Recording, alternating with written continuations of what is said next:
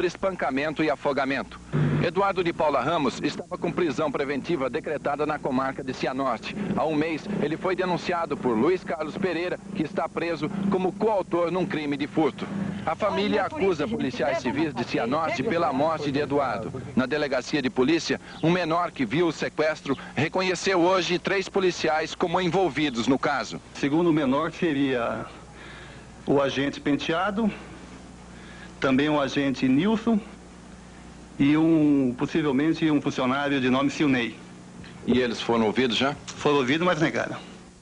O DNR começou agora à noite o trabalho de desobstrução da BR-277 no trecho Curitiba-Paranaguá, interditada hoje à tarde por causa de um deslizamento de terra. O deslizamento aconteceu por volta das 3 horas, no quilômetro 41 da 277. 2 grandes blocos de pedra e cerca de 200 toneladas de terra deslizaram sobre a estrada. A Polícia Rodoviária teve que desviar o tráfego para outra pista. O trabalho de desobstrução da BR deve terminar amanhã, mas a pista só vai ser liberada depois que o DNR fizer obras de contenção no acostamento, o que deve demorar 3 dias. E hoje nós ficamos por aqui. Boa noite e até amanhã. As notícias que você acabou de assistir estão com maiores detalhes amanhã nas páginas da Gazeta do Povo. ZYD 391 TV para Jornal Estadual. Oferecimento CCV, a concessionária que rege os melhores negócios em Chevrolet. HM informa a temperatura em Curitiba. Conjunto Flash Panex, 6 peças, só R$ 35.980. Use seu cartão de crédito HM. Grandes ofertas HM.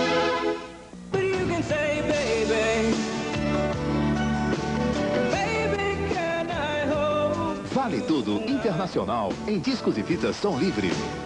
O quarteto mais louco do Brasil vai casar. Didi, Dedé, Mussum e Zacaria no filme O Casamento dos Trapalhões. Com os Dominó, Nil, Marcos, Marcelo e Afonso, Nádia Lippe e José de Abreu. E as gatinhas mais bonitas do planeta. Você está convidado para o casamento do ano. O Casamento dos Trapalhões. Hoje num cinema perto de você. Como você costuma passar o verão? Muito bem. O verão passando por mim e a gente passando no Prosdóximo. Na loja da gente você compra moda, cama, mesa e banho, eletrodomésticos, móveis, brinquedos, presentes, utilidades domésticas e pague em 3 vezes sem juros no Prosdóximo. Verão e férias a gente passa no Prosdóximo. Todo mundo percebe. Que coisa mais linda, mais cheia de graça. No Prosdóximo, ninguém fica sem verão. Os grandes sucessos de ABBA em discos e fitas som livre.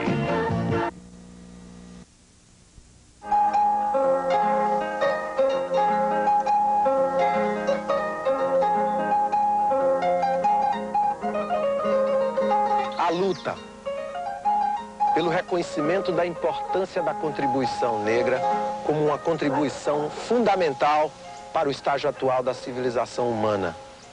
A África. Aqui na África, a gente compreende tudo isso. A necessidade da luta pelo resgate da grandeza desse povo todo, que através deste mar foi levado como escravo para tantos lugares. A presença negra no mundo e sua dinâmica.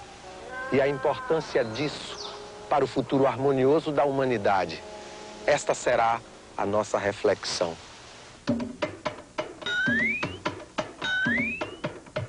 Centenário da abolição da escravatura.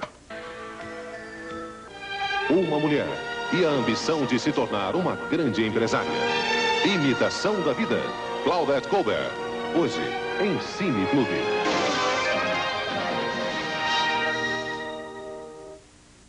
Atenção, emissoras da Rede Globo. 5 segundos para o próximo programa.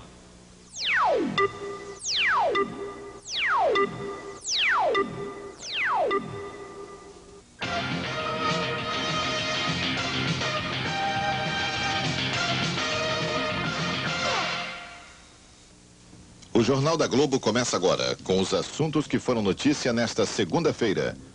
Em todo o país, tomam posse os prefeitos eleitos em 15 de novembro. E em São Paulo, a prefeita Luísa Erundina se encontra com o governador Orestes Quércia. Na Na França, começam as comemorações do segundo centenário da Revolução Francesa de 1789. No Rio, a polícia começa a ouvir os depoimentos de sobreviventes do barco Bateau Mouche, que afundou na passagem de ano, matando mais de 50 pessoas. O governador do Rio anuncia a cassação das empresas que organizaram o passeio. A Capitania dos Portos do Rio informa que abriu inquérito para apurar as causas do acidente com o Bateau Mouche. E a atriz Yara Amaral, uma das vítimas do passeio de barco, é enterrada no cemitério São João Batista. E agora as notícias da noite. O estaleiro que construiu o Bateau Mouche 4 diz que o barco foi construído há 18 anos, como iate de lazer, e que embarcações desse tipo não têm capacidade para suportar tanto peso. A proprietária do barco, a empresa Sol e Mar, informa que o Bateau Mouche passou por várias reformas para transportar 150 passageiros. Mas o antigo proprietário disse que a capacidade do barco que naufragou era de, no máximo, 60 pessoas. O Bateau Mouche 4 foi construído em 1970 pela Companhia Naval do Ceará. Ele foi encomendado pelo empresário francês Paul Mattei, que possui vários negócios em Fortaleza, entre eles a firma Fiscapesca Limitada, construtora de embarcações. Na época, o barco se chamava Camaloca. Em 1976, ele foi vendido no Rio ao empresário Alfredo Saad, que chegou a fazer viagens para Salvador a bordo do iate. Em 1979, Alfredo Saad vendeu o Camaloca, rebatizado de Prelúdio, para os proprietários da empresa Sol e Mar, que o reformaram e o transformaram no barco de passeio Bateau Mouche 4. O empresário Alfredo Saad possui até hoje uma vasta documentação sobre o barco que vendeu aos proprietários do Bateau Mouche. Neste documento aqui, por exemplo, do Ministério da Marinha, existem várias especificações sobre o barco, como o comprimento dele de 23 metros e 90 centímetros e a capacidade máxima do barco, de 71 toneladas. Doutor Alfredo, quando o senhor usava o barco nas suas viagens, quantas pessoas no máximo o senhor colocava dentro dele? Eu normalmente saía com 15 a 20 pessoas e costumava ir constantemente a Salvador. Mas tinha capacidade até para levar 50, 60 pessoas sem nenhum problema. É claro que perderia-se um pouco do conforto. Mais do que isso, o senhor não colocaria dentro do seu barco? Nunca houve necessidade, eu nunca levei além dessas 20 pessoas, porque era o suficiente, eram amigos íntimos e eu fazia esse passeio de lazer. O seu barco sofreu grandes reformas depois que foi vendido ao Bateau Mouche? Algumas reformas deve ter sofrido, porque antes tinha um camarote, tinha duas suítes, tinha um salão de estar, um restaurante e outras dependências. É claro que, naturalmente, para aumentar a capacidade, é preciso que fizesse alguma modificação que deve ter sido feita. Quando o Bateau Mouche foi construído, era um iate de luxo. Agora à noite, o dono da indústria naval do Ceará, a construtora do barco, disse que ele nunca foi testado para saber se suportaria tanta gente com segurança. A finalidade dele não era levar pessoas, a finalidade dele não era levar passageiros, a finalidade dele era um barco de lazer. E um barco de lazer leva, geralmente, o seu proprietário tem uma finalidade, tem como se dizer, os seus convidados são muito limitados. Há informações de que esse barco passou por uma reforma em um outro estaleiro. Esse estaleiro consultou a sua indústria a respeito dessa reforma? Não, ele não nos consultou, não chegou, nunca. Depois, há uns 5 ou 6 anos, foi que uma vez eu estava hospedado no Copacabana Palace e vi um barco passando e comentei aquilo, ali deve ser o Camaloca, que foi construído por nós, e hoje está transformado no Bateau Mouche. Mas nunca foi nos consultado quais as modificações que teriam que se passar, né? Ele não foi construído, nunca foi testado se ele suportaria levar 150 ou 200 passageiros. Ele foi construído para um iate de lazer. Agora eu não posso, no momento, faz tantos anos, são 18 anos passados, não posso dizer quantas pessoas ele caberia. O naufrágio do Bateau Mouche, na passagem do ano, foi marcado por momentos de dor e emoção. Era uma noite de festa. Faltava pouco para o espetáculo da queima de fogos em Copacabana. Mas era também uma noite de mar violento. Muita gente chegou a enjoar nos barcos. Mas ninguém esperava o pior. Esta família de 7 pessoas comemorou a volta com vida. Outros também chegavam emocionados. Mas em alguns rostos, a imagem era de desespero e revolta. Muitas vidas foram salvas nesta traineira de pescadores. Entre as vítimas do naufrágio do Bateau Mouche estava a atriz Yara Amaral. Há um mês, ela comentou com os filhos como achava que ia morrer. coisa de um mês mais ou menos, nós temos 2 filhos que nasceram dentro do mar, praticamente. Eles fazem surf, estão o dia todo na praia. E eles brincando com a mãe, que achavam ridículo, ela na idade dela nunca ter aprendido a nadar. Então ela disse, não, mas é que desde pequena, quando eu vou na praia, eu nunca vejo a onda vindo, eu só vejo a onda indo. E isso me dá uma sensação de que um dia aquele mar vai me levar. Eu tenho a impressão que eu vou morrer de alguma forma no mar. Isso ela disse há 1 mês ou 2. O barco Batomush 4 está a 27 metros de profundidade na entrada da Baía de Guanabara, onde naufragou no último dia do ano. Hoje, o repórter Francisco José e o cinegrafista Vandique Acácio foram ao fundo do mar e conseguiram entrar no Batomush. Nós estamos descendo por um cabo que é a única indicação para chegar ao Batomush. É o cabo que liga a boia colocada pelo Corpo de Bombeiros até o barco naufragado. Já estamos aqui a cerca de 15 metros de profundidade. Agora um encontro com um soldado do Corpo de Bombeiros que está voltando de lá. Ele está subindo. Nós passamos por ele e vamos continuar descendo em direção à embarcação. A condição de visibilidade que nós temos é menos de 2 metros de distância, com o refletor aceso que eu estou levando na mão. Agora já dá para perceber. Aí está o barco da morte. Pintado de branco, com várias janelas desse lado. Nós vamos tentar aproximar e até entrar. Tem uma janela quebrada aqui. Vamos tentar passar por esta janela. E é exatamente a cabine de comando do Batomush. Essas peças de metal representam o comando da embarcação. Pela posição, ele está inclinado no fundo da Baía da Guanabara.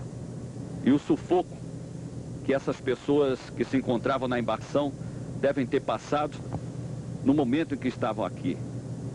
Durante a noite, tentando sair desses cubículos, procurando um local para encontrar a vida e chegar até a tona. Aqui nós vemos pratos quebrados, latas de cerveja e de refrigerantes.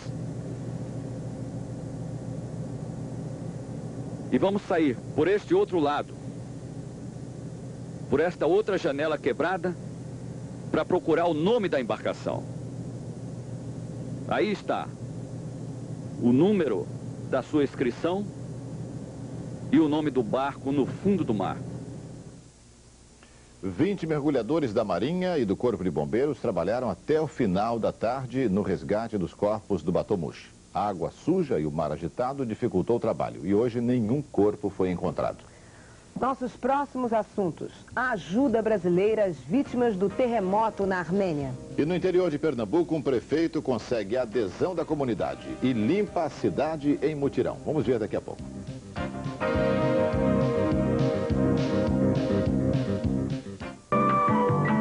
Você vai sair de férias, mas seu carro não. Para viajar mais tranquilo, faça uma verificação completa de férias no seu concessionário Volkswagen, onde os principais itens do seu carro serão examinados. Não deixe para a última hora. Antes de viajar, passe num concessionário Volkswagen e aproveite melhor suas férias. Ah, pai, de novo não. Chega de foto, vai. Com vocês, alguns dos sucessos internacionais de Bebê a Bordo.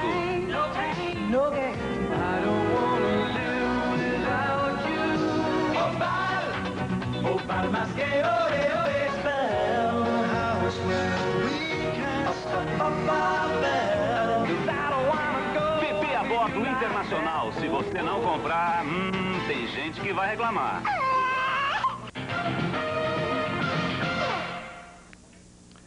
O primeiro ato do novo prefeito de Porto Alegre, Olívio Dutra, foi cortar salários, inclusive o dele mesmo.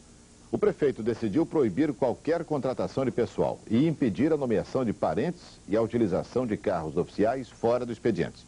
Mas, sem dúvida, a decisão mais importante foi o corte de 20% nos salários do prefeito, do vice-prefeito e dos secretários do PT. O salário atual do prefeito de Porto Alegre é de 3.700.000 cruzados. Com o corte de 20% e mais a contribuição de 30% que é dada ao PT, o prefeito vai receber pouco mais de 1 milhão de cruzados. E o prefeito de Barreiros, na zona Canavieira, a 110 quilômetros do Recife, passa o primeiro dia de trabalho no meio da rua. Ele negociou com o funcionalismo municipal o fim da greve e liderou um mutirão de limpeza. A greve dos garis e do funcionalismo já durava 20 dias e o lixo se acumulava nas ruas de Barreiros, atrapalhando o tráfego. O novo prefeito convocou a população para uma faxina geral na cidade. 20 cortadores de cana atenderam ao chamado espontaneamente, mesmo perdendo o dia de trabalho. A usina de cana e os engenhos liberaram 60 trabalhadores para o mutirão, que ganhou o reforço de 60 garis. O prefeito negociou com o funcionalismo e conseguiu a suspensão da greve. Depois de limpas, as ruas foram dedetizadas. Aí o problema era transportar o lixo, por causa das péssimas condições dos carros da prefeitura. Mas o sindicato e o comércio emprestaram 6 caminhões e 2 tratores. O prefeito supervisionou toda a operação e depois anunciou outra limpeza na prefeitura. Aqui em Barreiros era acostumado muito funcionário apadrinhado. O que quiser cumprir com o dever e o cumprimento do seu trabalho, eles vão continuar com a gente. O que não quiserem vai ter que procurar outros lugares, porque Barreiros tem muito o que fazer e nós vamos fazer com o povo que nós temos. O ano também começou para a sucessão presidencial. Os políticos se movimentam para escolher já os candidatos ou então deixar para depois. De Brasília, Alexandre Garcia. A última convenção nacional do PMDB, convocada para decidir sobre o tamanho do mandato do presidente Sarney, decidiu não decidir, empurrando o assunto com a barriga para a Constituinte. Pois agora o presidente do Senado, o senador Humberto Lucena, sugere que a próxima convenção nacional do PMDB, marcada para março, apenas eleja o presidente do partido e empurre com a barriga a escolha do candidato do PMDB à presidência da República, pelo menos até maio, que é o prazo final para a desincompatibilização. O PMDB já tem uma corrente pró-Lula, comandada pelo deputado Maurílio Ferreira Lima. E agora tem uma corrente pró-candidato de centro. O ministro da Saúde, Borges da Silveira, tem uma reunião marcada para o próximo fim de semana em Curitiba com o ex-governador do Paraná, Jaime Canet, com esse objetivo. Na semana passada, murmurava-se que Jaime Canet seria o candidato do centro sugerido pelo ex-presidente Ernesto Geisel. Mas tudo isso não passa de preliminares da sucessão presidencial. Já tomaram posse os novos prefeitos, mas ainda há as férias, o carnaval, a escolha do presidente da Câmara e do Senado e só depois as convenções partidárias. Fora do PDT e do PT, que já tem candidatíssimos, tudo isso tem semelhança com a festa de São João. Balões que podem queimar logo ali. O DNR começou agora à noite a retirar a barreira que caiu na rodovia BR-277 entre Curitiba e Paranaguá, no Paraná. 200 toneladas de terra deslizaram hoje sobre uma das pistas da rodovia. Todo o tráfego está sendo feito em apenas uma das pistas. O trabalho de recuperação do trecho deve durar 3 dias. E amanhã, o DNR começa a retirar as pedras que caíram na rodovia BR-040 no trecho Juiz de Fora-Rio. Blocos de pedra com mais de 60 toneladas bloquearam a pista Juiz de Fora-Rio. Os motoristas estão passando por um desvio. Sai de São Paulo o primeiro carregamento de donativos do Brasil para as vítimas do terremoto na República Soviética da Armênia. Os funcionários do Correio Aéreo Nacional passaram uma semana preparando a carga para a viagem de quase 20 mil quilômetros. Por causa do rigoroso inverno que atinge a Europa agora, os volumes foram revestidos com plástico e dupla cobertura de encerado. O governo brasileiro ofereceu um Boeing da FAB para o transporte. Foram embarcadas 23 toneladas. São remédios, equipamentos médicos, agasalhos e calçados. Isso só retrata aquilo que nós conhecemos, o coração generoso do povo brasileiro, o coração generoso também da comunidade armênia do Brasil. A convite da comunidade armênia de São Paulo, o governador Orestes Quercia acompanhou o embarque dos donativos.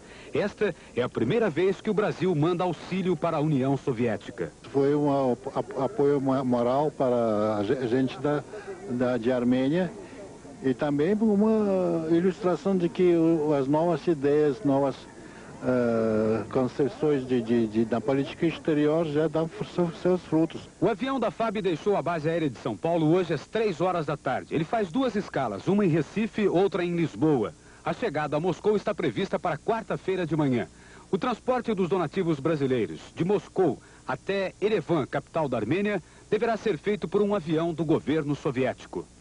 O Comitê SOS Armênia de São Paulo aguarda um avião de carga soviético para mandar mais 40 toneladas de donativos. Você vai ver daqui a pouquinho. O presidente da Fiesp defende a manutenção da URP para a correção dos salários. E a Alemanha admite que não revistou parte da bagagem do Jumbo que explodiu na Escócia. Daqui a pouco. Quem matou Odete Reutemann? Não é pra falar. A promoção Vale Tudo da Rede Globo, com o apoio da Galinha Azul Mágica, que tanto gosta de aparecer nos seus pratos, vai dar um prêmio de 5 milhões e 5 de 1 milhão para quem acertar. Escreva para a Caixa Postal 7.812 São Paulo dizendo quem matou Odete Reutemann e qual o caldo nobre da Galinha Azul. Agora é um dinheirão, hein? Quem que matou Odete Reutemann? Não diga. Caldo mágico, o caldo nobre da Galinha Azul.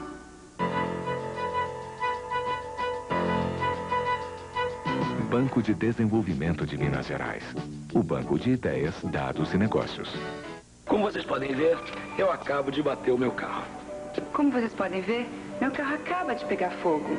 Como vocês podem ver, o meu carro foi roubado agorinha mesmo. Como vocês viram, quem faz seguro com a Sul América tem sempre um carro reserva. Em caso de batida, incêndio ou roubo, aluga o carro que quiser pelo tempo que ia ficar a pé. Gostei dessa batidinha que você deu. Ah, é? O seu queimadinho também é uma gracinha. Na próxima, experimente um roubo como o meu. Sul América dá a mão pra você não ficar a pé. Papo de boteco, de batuque no caneco, puxa o samba no cavaco pra moçada acompanhar. E rola papo, e olha a gira, rola papo, e olha o breio, rola papo, e mas como é que vai ficar? E rola papo, e rola papo, e rola papo. Para! Nós viemos aqui pra beber ou pra conversar?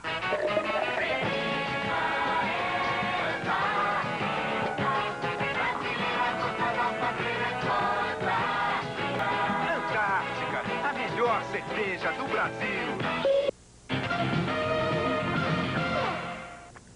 Apesar de todos os maus agouros, pelo menos um banco, o maior banco de desenvolvimento do mundo, o BNDES, acha que dá para ter esperanças em 89. É o assunto de hoje de Paulo Henrique Amorim. O setor privado está com dinheiro e vai investir. É só o governo federal dar alguns sinais mais claros do que pretende fazer. Se o governo disser quais são as suas prioridades, a empresa privada toma coragem e investe. Esse é o resultado inicial de um estudo feito na semana passada por 20 dirigentes do BNDES que se trancaram no retiro no Rio de Janeiro. O banco está querendo descobrir o que deve fazer em 89 e está apostando as fichas no setor privado. Hoje, primeiro dia de funcionamento do ano, o governo federal não funcionou. O Congresso mandou a versão definitiva do orçamento para este ano na sexta-feira passada. Hoje, o governo só pagou o que já estava previsto para ser pago desde o ano passado. Quer dizer, aconteceu aquilo com que muita gente sonha. O governo não pôde gastar um centavo. O doutor Ulisses, presidente da Câmara, está no exterior e só volta dia 20. Humberto Lucena, presidente do Senado, também está no exterior e só volta no fim do mês. Isso deve atrasar a convocação do Congresso. E sem o Congresso não tem medida provisória, e sem medida provisória não tem pacote econômico. A proposta do doutor Bulhões de acabar com a correção monetária e só deixar o governo gastar o que arrecadar foi lançada ao mar como oferenda a Iemanjá e de lá não voltou. Depois de uma reunião de 4 horas com os ministros da área econômica, o presidente Sarney reafirmou agora à noite que vai anunciar medidas austeras de combate à inflação na semana que vem. De acordo com informações transmitidas pelo porta-voz da presidência, Carlos Henrique, os ministros da Fazenda, Maílson da Nóbrega, e do Planejamento, João Batista de Abreu, vão se encarregar de concluir os estudos das medidas que serão adotadas nos próximos dias. Os postos de gasolina de Belo Horizonte começaram hoje a cobrar o imposto sobre venda a varejo dos combustíveis, o IVVC. A cobrança do imposto pelos municípios foi criada pela nova Constituição. Mas o Conselho Nacional do Petróleo esclarece que os governos municipais devem enviar ao órgão uma cópia da lei que determina a cobrança para que o novo preço do combustível no município seja fixado na bomba. E o presidente da Federação das Indústrias de São Paulo, Mário Amato, defendeu hoje a manutenção da URP para a correção dos salários. Segundo o presidente da Fiesp, a única alternativa possível é a criação de um mecanismo semelhante à URP, para que o trabalhador não perca o seu poder de compra. O ano novo começa com pacotes, planos, choques e pactos em meio mundo. A ordem é livrar-se da doença do século, a inflação. Confira com o Joelmir Betting.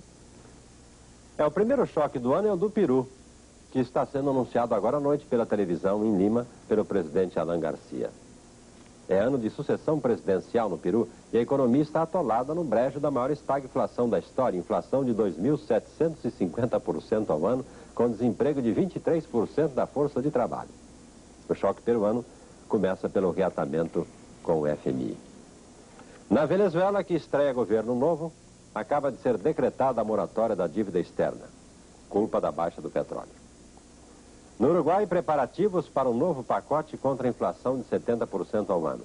E na Argentina, com inflação de 380%, o presidente Alfonsín, em ano de eleição presidencial, tenta salvar o Plano Primavera. O índice pactuado de 4% ao mês para preços e salários acaba de ser rompido pelo reajuste de 12% arrancado pelas estatais em pé de greve. Em Israel, outra economia pactuada, o governo acaba de desvalorizar a moeda e de cortar subsídios para a produção e consumo. A inflação é de 18% ao ano. E a Iugoslávia, que emplaca a maior inflação socialista da história, com 258% no ano passado, começa 89 com a demissão de todos os ministros da área econômica.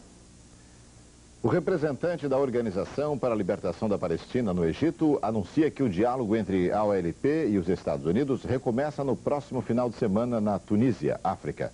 A notícia não foi confirmada pelo governo norte-americano. Em Riad, na Arábia Saudita, o presidente da OLP, Yasser Arafat, inaugurou hoje a primeira embaixada palestina. A OLP também vai abrir uma embaixada no Iraque que está em construção. Arafat diz que vai formar um grupo para investigar a queda do jumbo da Panam. O presidente Ronald Reagan negou hoje que os Estados Unidos tenham pedido ajuda ao líder palestino Yasser Arafat na caçada aos terroristas que explodiram o Boeing 747. A notícia foi divulgada ontem por jornais ingleses que disseram que Arafat aceitou colaborar. A justiça alemã ocidental admite que parte da bagagem que saiu de Frankfurt e estava no avião da Panam que explodiu na Escócia não foi revistada. Em Lockerbie, na Escócia, 12 dias depois do atentado, a Força Aérea Britânica descobre os primeiros pedaços da cauda do jumbo norte-americano. Os destroços estavam a 24 quilômetros do local da queda do Boeing 747. Mais 18 corpos foram identificados hoje, entre eles o primeiro de um morador de Lockerbie. 79 corpos foram liberados e entregues às famílias. Nossos próximos assuntos, as imagens do Rally Paris-Dakar. E Paulo Francis fala do livro que virou best-seller mundial e que tenta explicar a existência do universo. Nós voltamos já já.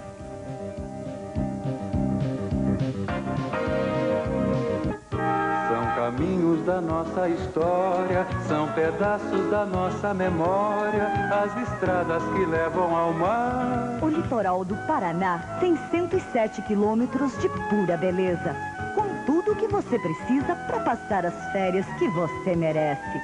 Neste verão, viva o nosso litoral. Viva o verão no litoral do Paraná. Apoio Bradesco. Quem tem Bradesco, tem mais banco. Eu sonhei que tu estavas tão linda. Quero chorar, não tenho lágrimas. Não sei, não sabe ninguém. Adeus, da minha rua, sem os olhos onde a lua. Vida nova. Em discos e fitas Som Livre. Som Livre. Um incêndio destruiu uma fábrica de solda no bairro Floresta, em Porto Alegre. O fogo começou às 6 da tarde. Em pouco tempo, as chamas se espalharam por todo o prédio. Os soldados do Corpo de Bombeiros tiveram dificuldades para apagar o fogo porque faltou água. Às 9 horas da noite, o fogo foi controlado. As causas do incêndio ainda são desconhecidas. Muito calor e perigo no deserto do Saara. Mas os pilotos resistem. E o maior rally do mundo, o Paris-Dakar, completa 5 dias. As motos enfrentam grandes dificuldades nas areias do deserto da República do Níger. Este é o trecho mais perigoso de todo o rally. O francês Denis Mea sofreu fratura nas pernas num acidente e foi retirado de helicóptero. Entre as motos, a liderança é do italiano Franco Pico, com uma Yamaha. Entre os carros, o líder é o francês Patrick Tambay, com um Mitsubishi. Brasil, apesar das férias dos jogadores profissionais, o ano começa com o futebol. A seleção brasileira de júniores já está em Teresópolis e a partir desta terça-feira se prepara para o Mundial de Fevereiro, na Arábia Saudita. Um dos maiores lançamentos do mercado editorial em 88 foi o livro Uma Breve História do Tempo, do cientista inglês Stephen Hawking. O livro tenta vencer um desafio, explicar a existência do universo e do homem. E se tornou um best-seller mundial. Paulo Francis. Quem somos nós, de onde viemos e para onde vamos? Há 2.500 anos, o homem se pergunta sem conseguir resposta, mas não desiste. E agora o intelectual inglês Stephen W. Hawking entra na raia com uma resposta. Um livro chamado Uma Breve História do Tempo. É best-seller mundial. Despertou a curiosidade de todo mundo. Steve Hawking, o autor de Uma Breve História do Tempo, é um cientista filosófico. Quer descobrir o mistério da existência do universo, da Terra e do ser humano. Os cientistas acabaram com as explicações sobrenaturais da nossa vida, desde Charles Darwin e Albert Einstein. Tudo é relativo, tudo é derivativo. O começo do nosso fim veio de uma explosão, Big Bang, que não tem explicação. Mas saímos dos mistérios sobrenaturais para os mistérios científicos. Tudo é mistério, o que nos angustia profundamente. Steve Hawking nos consola e nos esclarece na medida do possível. O que é o segredo da vida? A arte do possível.